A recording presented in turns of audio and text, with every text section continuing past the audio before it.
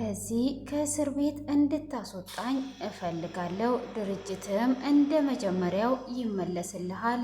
ስለዚህ ለእኔ በሚሊዮን ብር ያስፈልገኛል። ቶሎ ብዬ ከዚህ ከእስር ቤት መውጣት አለብኝ እያለ ይገኛል። ወይዘሮ ዝናሽም እንዴት ነው እኔን ሳታማክርና እኔን ሳታስፈቅድ ለነሃም ቤቱን እየሰጠው እንዴት ብታስብ ነው በማለት እጅግ እየተቆጣች ትገኛለች። ሀምላልም ዶክተሩ ይቅርታ አድርጎላታል። ግን ዳጊ እንደዚህ አይነት ስራ በመስራቷ እጅግ እየተቆጣትም ይገኛል። እሷም እኔ ችግር የለብኝም እታሰራለሁ፣ እጅግ ጸጽቶኛል በማለት የዶክተሩ እግር ላይም ወድቋ ዶክተሩ ዝምታን መርጦ ዝም ብሏል። ሆኖም ዳጊ እየተቆጣ ይገኛል። ሰላም ሰላም! ውድ የተከበራችሁና የተወደዳችሁ የማራኪ ቤተሰቦች ሰላማችሁ ባላችሁበት ዓለም ዳርቻ በጥፍ ብዝት ይበልላችሁ እያልኩኝ ቀጣዩን ክፍል ይዤ ቀርብ ያለው እስከ መጨረሻ እንድትከታተሉ ስል በአክብሮት ጋበዝኳችሁ። ሰላም እንድትከታተሉም ከልብ እያመሰገንኩኝ በባለፈው ክፍል ትንሽ ላስታውሳችሁ። ባለፈው ክፍል ጩና እንግዲህ ሀምላልን ክዷት ነበረ። እኔ ምንም የማቅልሽ ነገር የለም፣ ለገንዘብ ስል እኔ እራሴንም እክዳለሁ፣ ስለዚህ እኔ የለውበትም በማለትም ከቤት ወጥታ ነበረ። ሆኖም ሀምላል ቪዲዮን ስጭኝ ብላ ብትጠይቃትም በፍጹም አልሰጥሽም፣ ዞር በይልኝ ብላ እሷንም ደግባ ከዛ ወጥታ ነበረ። እሷም እንግዲህ ከዛ ከወጣችም በኋላ ሀምላል ግራ ይገባታል። እንዴት አደርጋለሁ? ምንስ ማድረግ አለብኝ? አሁን ትልቅ ችግር ውስጥ ገብቻለሁ። በምን አይነት ሁኔታ ነው ይሄንን ነገር ማስተካከል የምችለው? በማለትም እጅግ እየተጨነቀች ነበረ። ሆኖም እነ ኑሃም አንድ ላይ ተሰብስበው የሰርጉ ቀን ስለደረሰ ሽምግልናውንም እነ ኑሃሚ ስለተቀበሏቸው ደስታቸውን እያከበሩ ዶክተሩም ሙዚ ስለነበረ ተጠርተው መጠጥ ቤት እያሉ ሀምላል ትመጣለች። ዶክተሩም እጅግ ደንግጦ ነበረ። ዶክተሩም እጅግ ደንግጦ በነበረበትም ሰዓት ምን ሆነ ነው የደነገጥከው ብለውም ሲሉት ሀምላልን ያያታል። ሀምላልም ይቅርታ አድርግልኝ አንድ ጊዜ ብቻ አላውራ በማለት ዶክተሩን ትጠይቀዋለች። ዶክተሩም ለምንድን ነው ብቻዬን የምታወሪ? ምን ፈልገሽ ነው ብሎ ሲላትም እሷም እንደምንም ብላ አሳምና ውጪ ሆኖ እንዲያወራት ትጠይቀዋለች። እሱም እሺ በማለት ይስማማና ወደ ውጪ ይዛው ትወጣለች። እሷም እንግዲህ ወደ ውጪ ይዛው ከወጣችም በኋላ ትጠይቀዋለች። እጅግ ይቅርታ አድርግልኝ ይሄንን ነገር በማድረጌ አዝኛለሁ በማለትም እንግዲህ ይቅርታ ተጠይቀዋለች። እሱም እንዴት ነው ይሄን ነገር እንደዚህ የምታደርጉት? ይሄ ውርደት እንደሆነ አታውቁም ወይ? እንዴት እንደዚህ ታደርጋላችሁ? በማለትም እንግዲህ ሲጠይቃት እሷም ይቅርታ እኔ አይደለሁም ጩና ናት ይህንን ነገር እንዳደርግ የገፋፋችኝ፣ ይቅርታ አድርግልኝ በማለትም ይቅርታ ትጠይቀዋለች። እሱም ይሄ ይቅርታ የሚደረግ አይደለም፣ እንዴት እንደዚህ አይነት ጥፋት ታጥፋላችሁ? በማለትም እምቢ ብሏት ነበረ። እሷ ከፈለክም ታሳስረኛለ፣ ብቻ ለእነ ኑሃም አትንገራቸው። እኔ ከዚህም በፊት ብዙ ነገር በድያቸዋለሁ፣ ስለዚህ ለእነሱ ብቻ አትንገርብኝ እንጂ እኔ አሁኑኑ ብታሳስረኝም ችግር የለውም፣ ቅጣቴን መቀበል አለብኝ ብላ ትለዋለች። እሱም በዚሁ መካከል እሺ በቃ ይቅርታ አድርጌልሻለሁ በማለት ይቅርታዋን ይቀበላል። እሱም እንግዲህ ይቅርታዋን ከተቀበለም በኋላ እንዴት ነው ይህንን ነገር መተው የምችለውን በማለት እንግዲህ እነሱም አንድ ላይ ተሰብስበው መጠጣቸውን እየጠጡና እየሳቁ እየተደሰቱ ይገኛሉ። ይህንንም ነገር እንግዲህ መጠጡን ከመጠን በላይም ስለጠጡ ሰክረውም ነበረ። እንግዲህ በስካር ተሞልተው ዶክተሩም ወደ ቤቱ እነሱም ደግሞ ወደ ቤታቸው ይሄዳሉ። ዳጊም ናሆምም ኤርሚያስም እጅግ ሰክረው እንግዲህ በመንገድ ላይ እየጨፈሩ እየሄዱ ነበረ። ሆኖም ኑሃም እናቴ ጎዳና ላይ በረንዳ ላይ ጥለሽኝ በጨርቅ ሄድሽ፣ ለዛ ነው እየጨከንኩብሽ በማለትም እንግዲህ ብቻውን እያወራና ሰክረው እንግዲህ በስካር ውስጥ እናቱም ያደረገችውን ነገር እያወራ ነበረ። ሆኖም ያንንም ወሬ እያወራ ቢሆንም እንደዛ እያደረገና እየሳቀ እየሄደ ነበር። እሱም በዛ አይነት መልኩ ላይ ቤት ከደረሱ በኋላ እንግዲህ አቶ ሌኩንም ወይዘሮ ዝናሽ እንዴት እኔን ሳታስፈቅድ ቤቱን ትሰጠዋለህ? እኔ መፍቀድ የለብኝም ወይ? እኔ ለእኔን ገለልተኛ አድርገ ለሱ የቤት ስጦታ ያበረከትክለት በማለትም ትጠይቀዋለች። በዚህንም ሰዓት ወይዘሮ ፋንቱ ከበር ስር ሆና እየሰማች ነበረ። አቶ ሊኩንም ምን አጠፋው? ምን አደረግኩኝ? ይሄ ለሰርጋቸው ስጦታ ሰጠውት። ያኔም ድርጅቱ ይሰጠው ግማሹ ስልሽ እምቢ ብለሽ ነበረ። ናሆምን እንደማትወጂው እኮ አውቃለሁ። ስለዚህ ይሄንን ቤት ስገዛ ደግሞ ለሱ ብዬ ነበረ መጀመሪያም የገዛሁት። ይሄ ለሰርጋቸው ስጦታ ነው። በሰርጋቸው መደሰት አለባቸው። እንዴት እንደምወደው ደግሞ ታውቂያለሽ አይደለ? አንቺ በፍጹም እሱን አትወጂም በማለትም ይናገራል። በዚህንም ሰዓት እንግዲህ ወይዘሮ ፋንቱ እየሰማች ልጄ ደርሼልሃለሁ፣ እኔ ከጎን ነኝ እያለች ትገኛለች። ሆኖም እንግዲህ ወይዘሮ ዝናሽም እጅግ በመናደድ እንዴት እንደዚህ አይነት ነገር ትናገረኛለህ? እንዴትስ ነው ይሄ ነገር ሊሆን የቻለው? ምን ስለሆነ ነው እንደዚህ የሚናገረኝ? በማለት እጅግ እየተናደደችም ነበረ። እሷም እኔ እንደዚህ የምወደውን ልጁን አንተ እንዴት እንደዚህ ትለኛለህ? በማለትም እንግዲህ እጅግ በመናደድ እሱንም ጥላው ትሄዳለች። እሱንም እንግዲህ ጥላው ከሄደች በኋላ ወደ ክላሷ ትሄዳለች። ወይዘሮ ፋንቱም እጅግ እያዘነች ወይዘሮ ዝናሽም ክፍሏ እንደሆነች አቶ ሌኩ ይመጣና ይቅርታ አድርግልኝ በንዴት ነው የተናገርኩት ብሎ ይላታል። እንዴ እኔ እንዴት እንደምወደው ታውቃለህ አይደል ወይ?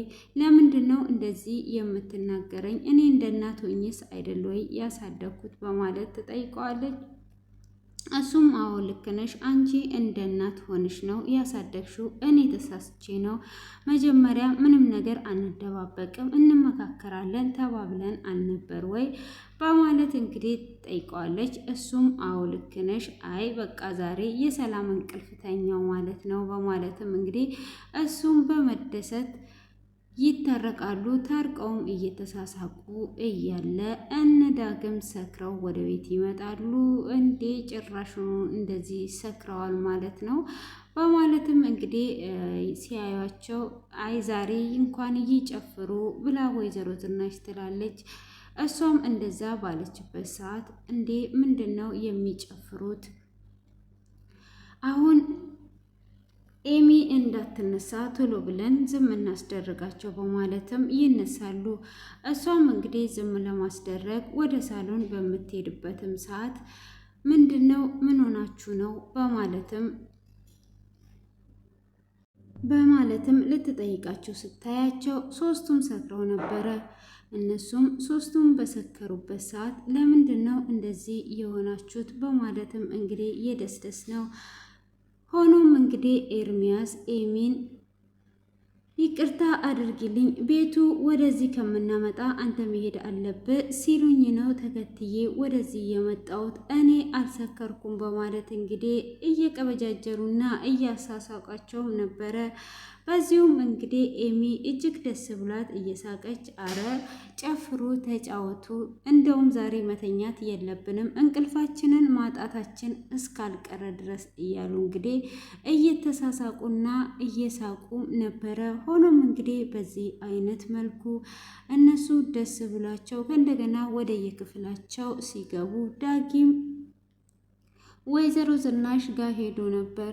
ወይዘሮ ዝናሽም እንግዲህ እያሻሸችው አይዞ እያለችው እያለ ምን ሆነሃል ልጄ? ለምን እንደዚህ አበዛችሁ? እያለች እየጠየቀችውና እየተሳሳቁ ባለበትም እንግዲህ ዳጊ እንዴት እንደ ሰከሩም ደስ ስለሆነ ይነግራታል። እሷም አረ እንኳን ሰከራችሁ እንኳን ተደሰታችሁልኝ እያለችም እሱም እንግዲህ አሁን ላይ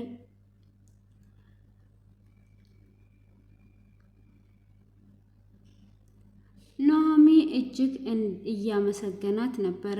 እሷ ባትደርስልኝ ኖሮ፣ እሷ ባትመክረኝ ኖሮ እዚህ አይነት ደረጃ ላይ አልደርስም። እሷ ይሄንን ነገር እንዳደርግ የረዳችኝ እሷ ናት። ስለዚህ እሷ ጥሩ ነገር ለእኔ አድርጓልኛለች፣ ወደ ራሴ እንድመለስ ከዚህም በኋላ እሷ እንደ እህቴ ናት በማለትም እንግዲህ ይነግራታል። ነው እንዴ? አይ ጥሩ ነው፣ አሁን ወደ ራስ ተመልሰሃል ማለት ነው ብላ ትለዋለች። እሱም አዎ ወደ ራሴ ተመልሻለሁ፣ ወደ ራሴ እንድመለስም አድርጓኛለች በማለትም እንግዲህ ጥያቄ ፈጥሮበታል። እንግዲህ ኑሐሚንንም እያመሰገናት እንደ እህት ከዚህም በኋላ ለያት በስካር መንፈስ ሲነግራት ነበረ።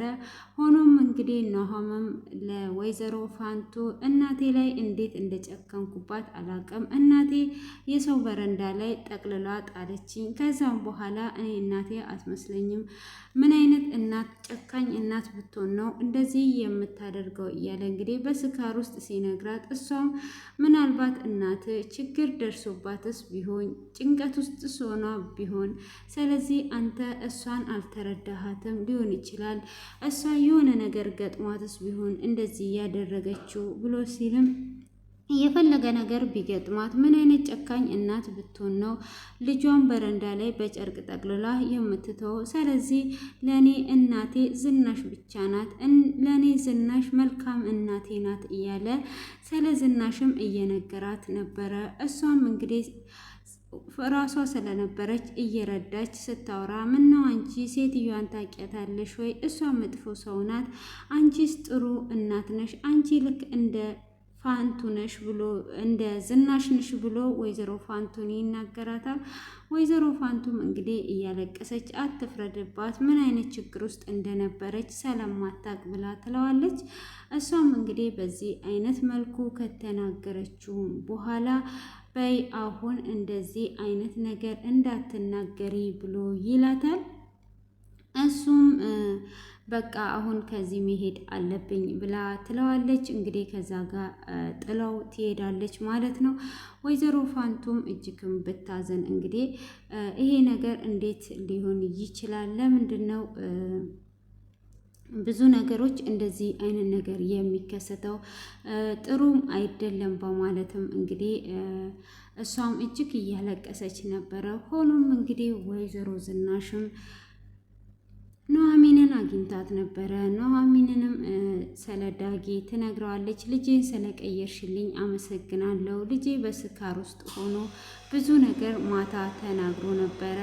ይህንንም እንግዲህ ሊናገር የቻለው በስካር ውስጥ ሆኖ የተናገረው አይዋሽም። በስካር ውስጥ እና ልጅን እንደዚህ አይምሮን ስለቀየርሽ አመሰግናለሁ ብላ ትላለች።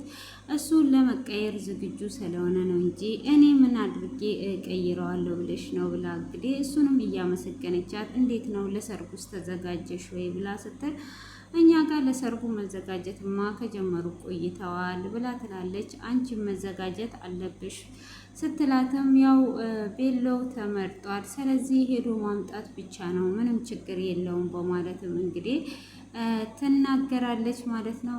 እንደዛም እያለቻት እየተናገሩና እያወሩ ሳለም አንድ ነገር ነውም ሳያቅ ምነግርሽ ነገር አለ። ይሄ ድርጅቱ ተሽጦ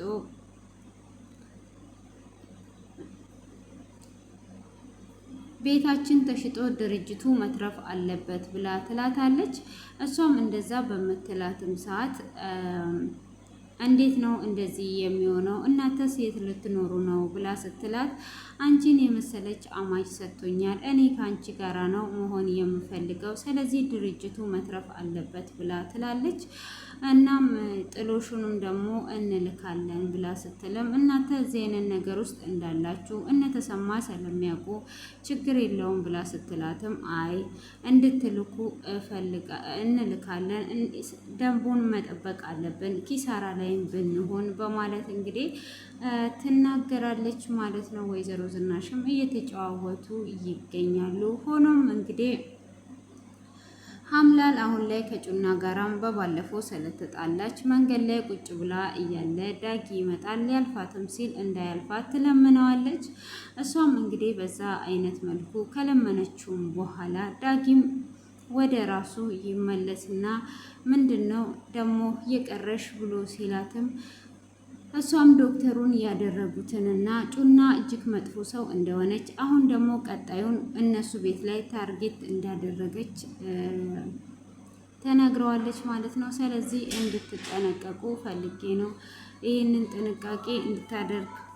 ጥንቃቄ ለወንድምክ እንድታደርግለት ስለፈለኩኝ ነው። ስለዚህ እንዲጠነቀቅ እንድትነግረው ፈልጌ ነው በማለትም ትነግረዋለች። ያንንም በምትነግረው ሰዓት እሱም ምን ማለት ደግሞ ፈልገሽ ነው? አሁን ደግሞ ምን አመጣሽ? በማለትም ጥሏት ይሄዳል። እሷም ከእንደገና ትለምነውና ያለውን ነገር ዶክተሩን ምን እንዳደረጉትና እሷ እዚህ ነገር ውስጥ እንዳስገባቻት ሁሉንም ነገር ትነግረዋለች።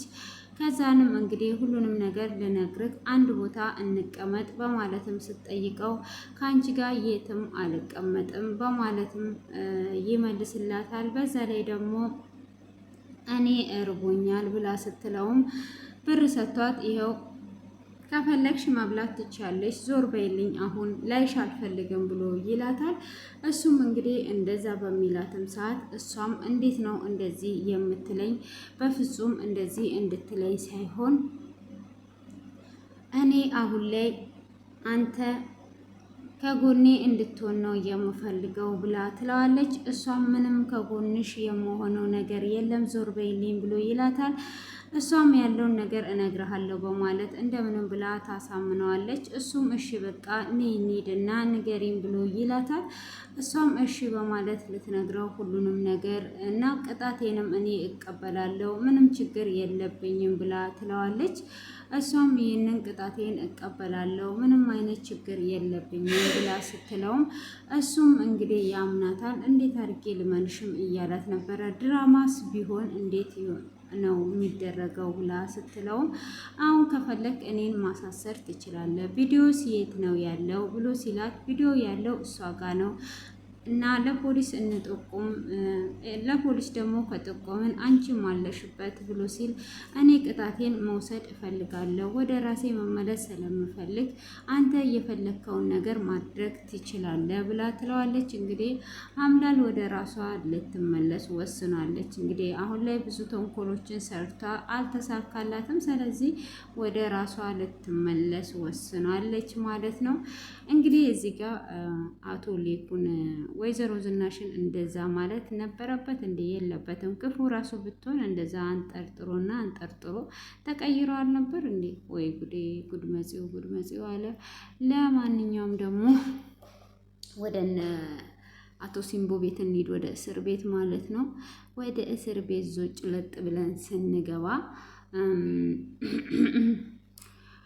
አሁን እንትን ቅመም ምናምን አልጨመርኩላችሁም አይደለም? ወይዘሮ ዝናሽ አሁን ሀምላልን ትታ አማችነቷ ለእንትና ሆነ ማለት ነው። አማችና ቅርማያት ምንድን ነው? ቅርማያት ሳይሆን አማችና ምራት። አሁን ዳግም እውነት ወስኖ ነው በፍቅር አይኑ ትቶ በእህትነት አይኑ እያየ ያለው። አረ ውሸቱን ነው። በኋላ ሊጠልፋት አስቦ ነው። እኔ ደውሎልኝ ነበረ ትናንትናና እንደዚህ ያረሳስቼ በጠልፋቸው ይሻላል አለ። እንዴ ሹሃደ። ሆኖም ደግሞ ትልቁ ዳቦ ሊጦናሉ። ባለፈው ለታ አቶ ሲምቦ ነው አይደለ? ሲምቦ ነው አይደል? አልተሳሳት ነው። እንሳሳታለን። ብንሳሳትም ችግር የለውም። ከሰው ስህተት ከብረት ዝገት አይጠፋም ይባልና ይተረተራል። እና ጠፋብኛው ደግሞ አያችሁ፣ ወሬ በዘነዘና ስቀያይጥላችሁ። አቶ ሌኩ ወደ አቶ ሲምቦ እስር ቤት ይሄዳል። እሱም ሊጠይቀው ሲሄድ እንዴት ትመጣለህ ብዬ አልጠበኩም ነበረ ብሎ ይለዋል።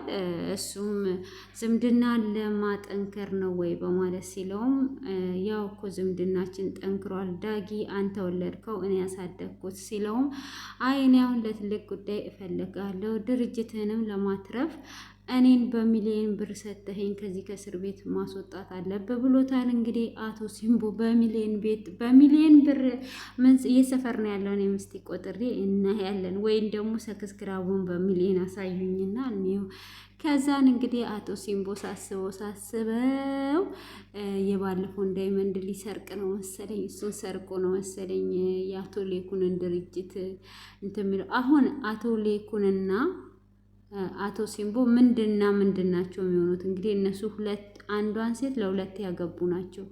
በአማርኛ ምንድን ናቸው? ምራት፣ ቅርማያት፣ አማች ምናምን ሲባል አሁን አቶ ሌኩና አቶ ሲምቦ ምንድን ናቸው? እሱ ነገር አልገባኝም። እስቲ ኮሜንት ላይ አስቀምጡልኝ።